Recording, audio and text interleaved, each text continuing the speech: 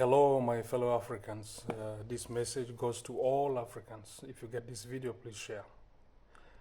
About this picture that you see here, a lot of discussions have been going on that Christianity or religion, the Muslims, the Buddhists, the world, they have brought poverty or problems to Africa. And many people, they write a lot of things. Yeah, we are Pan-Africanists and they speak and what and all this, which is true to some extent.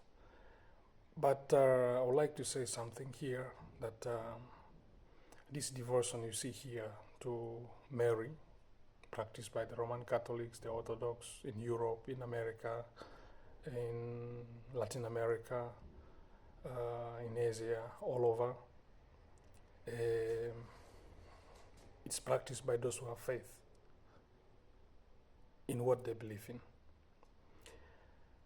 But we, as Africans, we have problems in the sense that not all Africans, of course, we concentrate much on something very simple, and we say this is our problem. We have our political leaders, we have our youth, we have the population of Africa, which is growing, and we don't like to ask ourselves, we don't like to make critical questions to identify what are the problems that are ailing Africa, the problems that are ailing Africa in our generation. After 50 years, 20 years, 30 years, 60 years of independence, we still continue to blame Christianity. Yet we have our own leaders who are in charge of the political situation or the daily life of the nations that we live in. What are the problems of Africa? We have the war, unemployment, we have tribalism, we have a lot of confusions that are going on. Foreigners going to mine our minerals. We don't see this one as a problem. There is low development in many African countries. We don't see this as a problem.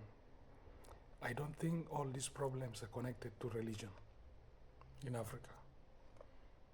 I don't think if they're connected to religion in Africa.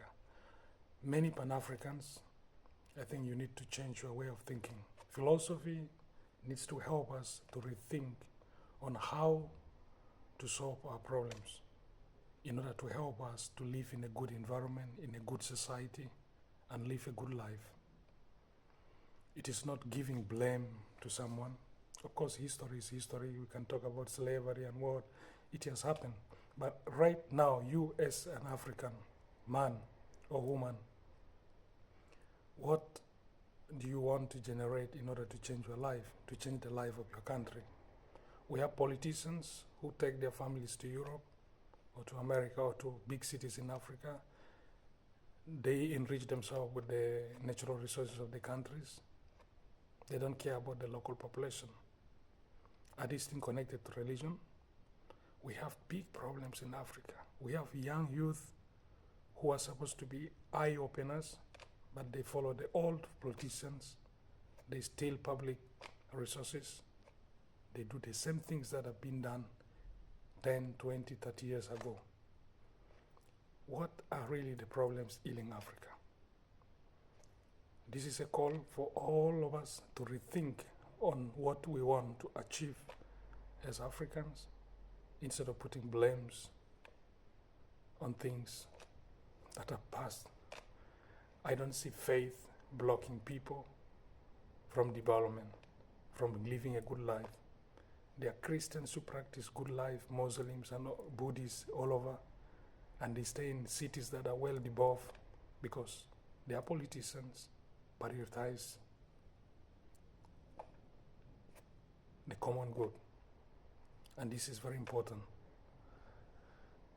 There are people who are given the opportunity to live a good life. The education that they got, they use it to generate something very important, not only for themselves, but for all the community.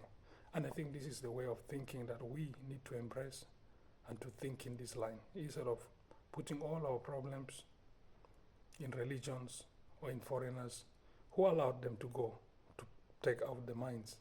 You are the one, I'm the one. So we need to rethink on this.